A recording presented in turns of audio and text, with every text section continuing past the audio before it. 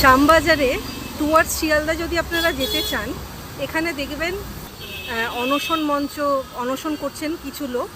তিলোত্তমা পশ্চিমবঙ্গকে দুর্নীতিমুক্ত ও সার্বিক বিচারের দাবিতে সাধু সন্তরা এসছেন।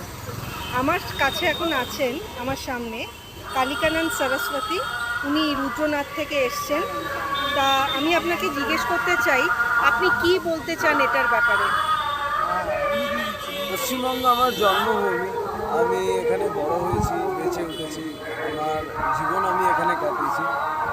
তো যে সার্বিক দুর্নীতি পশ্চিমবঙ্গ তথা আপামর বাঙালি এখন দেখছে আরজি করের মাধ্যমে, যে নারী জাতির উপরে অত্যাচারের এক অভিনব নজির পশ্চিমবঙ্গ দেখিয়েছে, সেজন্যে আমার এগিয়ে আসা এবং সে কারণে আমি বসেছি। তথাপি বাংলাদেশের ঘটনা কেবলমাত্র আরজি কর নয়, কামদুনি, শিক্ষাক্ষেত্র, খাদ্যক্ষেত্র, এ সকল অঞ্চলের যে দুরবস্থা, তার কারণেই আমাদের অনশন করছে।